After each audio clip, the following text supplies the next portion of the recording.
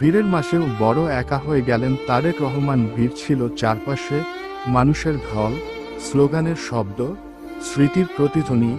তবু সেই ভিড়ের মাঝেই আজ বড় একা তারেক রহমান।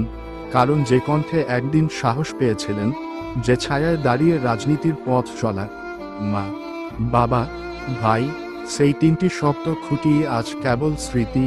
একসময় বাবা শহীদ রাষ্ট্রপতি জিয়াউর রহমান, যার নামেই জেগে উঠত দেশপ্রেমী, যার কাঁধে ভর করে শুরু হয়েছিল তারেক রহমানের পথ চলা। মা, সাবেক প্রধানমন্ত্রী বেগম খালেদা জিয়া, যিনি ছিলেন সাহস আর সংগ্রামের প্রতীক। রাজনীতির কঠিন ময়দানে যার হাত ধরেই এগিয়েছেন তিনি।